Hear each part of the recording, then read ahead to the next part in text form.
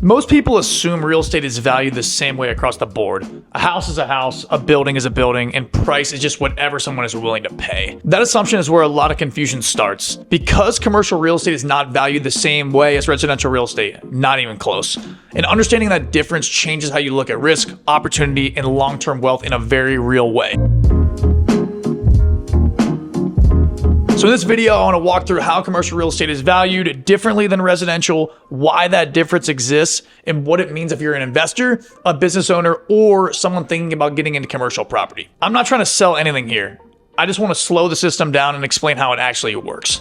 Let us start with residential real estate because that is what most people are actually familiar with. Residential property is valued primarily by comparison. Appraisals are based off recent sales of similar homes nearby. Same square footage, similar layout, similar condition, same neighborhood. The question is simple. What did a comparable house sell for last month, last quarter, or last year? Income matters in this situation very little. Whether the homeowner earns $50,000 or $500,000 a year does not directly change the value of the house. Even if the home is rented, the rent is usually secondary to the sales data. It always comes first. Residential value is driven by emotion, lifestyle, and scarcity. School districts, curb appeal, finishes, and neighborhood perception all play a role. People buy homes to live in, not to run as a business. Why homes are not an investment. Commercial real estate works in the opposite direction. Commercial property is valued primarily as an income-producing asset. The building is not the product, the cash flow is the product. You're buying the cash flow. When you look at a commercial property, the first question is not what did the building next door sell for, although it can be a question. The first question is how much income does the property generate and how stable is that income? Everything flows from that.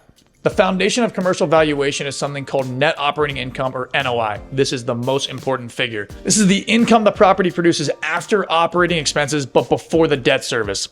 Rent comes in, expenses go out. What is left over is the NOI, or net operating income. Once you have NOI, the value of the property is derived using a capitalization rate, or cap rate. The cap rate represents the return an investor expects for that type of asset in that location with that level of risk. The math is straightforward. Value equals NOI divided by the cap rate. If a property produces $100,000 in NOI and the market cap rate is 8%, the value is roughly $1.25 million. Here is where things get interesting. In commercial real estate, increasing income increases value directly. If you raise rents, reduce expenses, or improve tenant quality, you can materially change the value of an asset without the market changing at all, or forced appreciation. In residential real estate, you cannot do that. You cannot double the value of your home just by renting it for more. The market does not care. Commercial value is created through management. Residential value is mostly assigned by the market. This difference compounds over time. In residential, appreciation is largely passive. You buy, you hold, and you hope the market rises. In commercial, appreciation can be forced. You buy underperforming assets, fix the operations, improve the leases, stabilize the property, and the value increases as a result of your actions. That is why commercial investors spend so much time analyzing leases, lease duration, expense ratios, and vacancy risk. They're not guessing, they're underwriting an actual business. This also explains why commercial properties can have widely different values even if they look similar. Two office buildings, for example, on the same street can be worth very different amounts. One might have long-term tenants on strong leases. The other half might be vacant with short-term rentals and weak credit tenants. Physically, they look the same. Financially, they are not, and thus they underwrite differently. Another major difference is how financing interacts with value. In residential real estate, financing is standardized. 30-year mortgages, fixed rates, owner-occupied incentives. The loan does not usually depend on the income of the property. In commercial real estate, the loan is underwritten on the property's actual income. Debt coverage ratios matter. These are huge. Lenders care whether the property can service its debt from cash flow alone. This creates a feedback loop. Strong income supports better financing, which supports higher values. Weak income does the opposite. There's also a risk component that people often overlook. Commercial value is sensitive to interest rates and cap rate expansion. When rates rise, cap rates often rise, which can reduce values even if the income stays the same.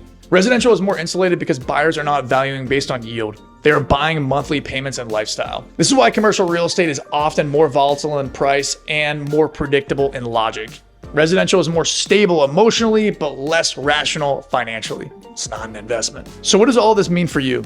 If you're a residential investor trying to move into commercial, you have to change how you think.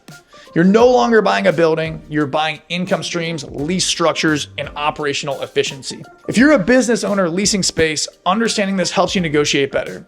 Your lease affects the value of the building, not just your rent.